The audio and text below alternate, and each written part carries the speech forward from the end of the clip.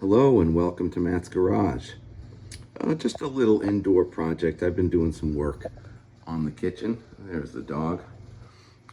Just replacing the ceiling, painting the walls, painting the cabinets, just giving it a little refresh. And one of the issues is that there used to be a butcher's door here, a swinging door, and I removed that a while back. And so now what I'm doing is removing a small section of tile that were cut to fit that area, and I'm going to install a larger saddle. And here's the shop supervisor helping us out. So I'm using the multi-tool with a grout removal blade. I have just a piece of scrap wood taped along the edge of the tile so that I have a clean edge to work the grout tool. And then I'm just using the painter's tool and a hammer once I feel like I have enough of the grout out of the way to just gently pry things up.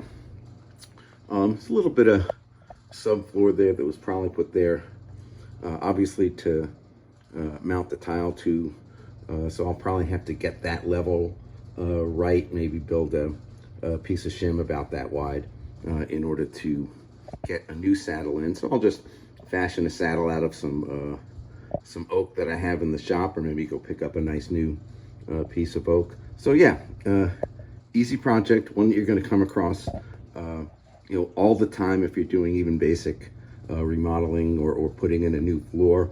A saddle can make all the difference in the world. So that's it for today. I'll let you know how the rest of the project goes. Don't forget to like and subscribe. It really helps the YouTube algorithms, and we'll see you next time.